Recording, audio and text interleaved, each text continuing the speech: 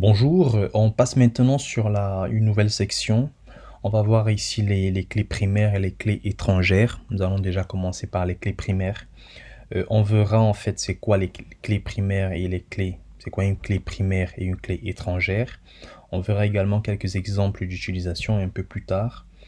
On va voir comment, lors de la création des tables, on peut créer nos clés primaires et étrangères. Et bien sûr, dans les sections suivantes, notamment celle qui fera ici mention de la création des tables, on verra en profondeur comment utiliser la syntaxe de la création des clés primaires et étrangères. Donc, ces deux concepts en fait qui sont à comprendre avant d'aller plus loin parce qu'ils sont très importants pour la suite ici de la formation. Voilà, on commence déjà par les clés primaires.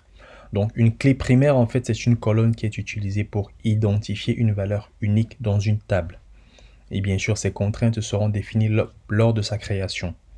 Une table, en fait, elle doit avoir une seule clé primaire. Et d'ailleurs, il est conseillé de toujours en voir une sur chacune de nos tables, hein.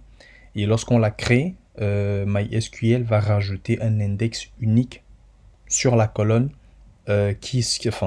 sur laquelle bien sûr la clé sera, la colonne qui aura la clé primaire. Donc, on ajoute en fait une clé primaire lors de sa création. Bon, c'est vrai que c'est un peu vague. On va essayer de prendre un petit exemple. Supposons, précédemment, nous avions vu plusieurs tables, les tables client, acteur, film. On va peut-être prendre une table acteur. Dans la table acteur, nous avons des acteurs qui sont connus par leur nom, par leur prénom, par les films qu'ils ont eu à faire. Bon, on va juste s'arrêter là. Mais on peut avoir des acteurs qui ont deux mêmes noms, deux noms pareils et deux prénoms pareils. On peut avoir un acteur qui s'appelle Will Smith et un autre également qui s'appelle Will Smith. Ou alors l'un qui va s'appeler Liam Neeson. Bon, je parle de mes acteurs préférés, hein.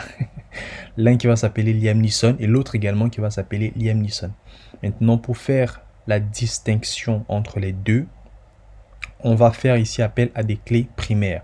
Ça veut dire que le premier acteur qui sera Will Smith aura par exemple la clé primaire qui aura une certaine valeur. Étant donné que la valeur est unique, ça veut dire qu'elle sera automatiquement différente de la clé primaire du deuxième qui va s'appeler Will Smith également. Et donc là, on pourra justement faire la distinction entre les deux, déjà de façon initiale. Donc, c'est justement pourquoi c'est important sur chacune de vos tables de toujours avoir la colonne qui va spécifier ici les clés primaires.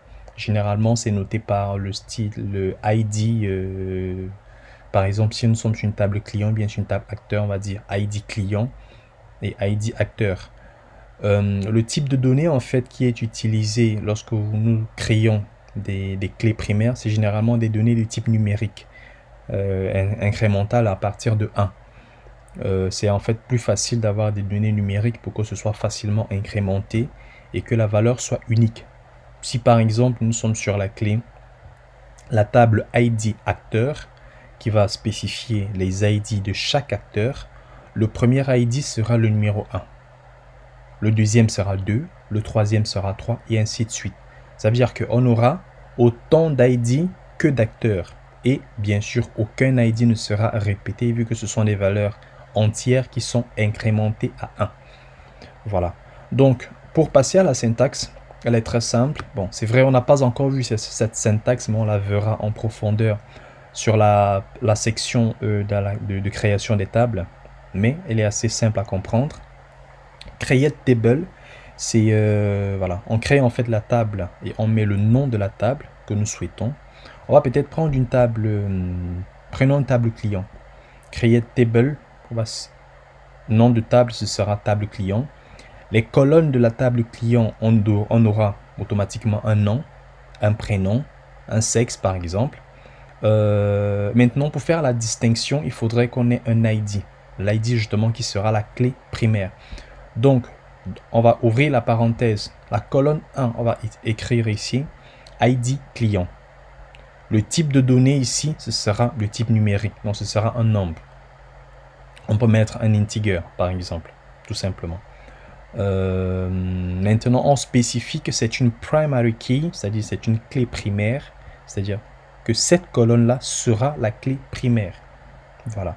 Maintenant, on spécifie les autres valeurs. La deuxième colonne, peut-être, c'est nom. La troisième colonne, c'est prénom. Nom, de type type de données. Ici, on peut mettre varchar 20, bien on peut mettre char 20, hein, qui est une donnée de type chaîne de caractères avec 20 caractères maximum. Voilà. Le sexe, étant donné que le sexe, généralement, c'est homme ou femme, H ou F, on pourra mettre, enfin, je vais dire masculin ou féminin, M ou F. On pourra mettre, par exemple, la colonne sexe. On met sexe, des types de données char, tout simplement, vu que c'est un seul caractère qui sera utilisé. Donc voilà, ce que vous retenez en fait juste ici, c'est quoi? C'est comment introduire la création d'une clé primaire dans la création d'une table. Après le reste, c'est comme vous le savez déjà, au niveau de la création des données. Bon, c'est vrai, on n'a pas encore vu ça, mais on va le voir en profondeur sur la création des tables.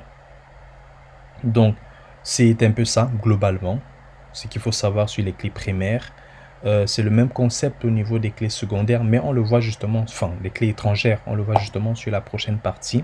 Donc, à tout de suite.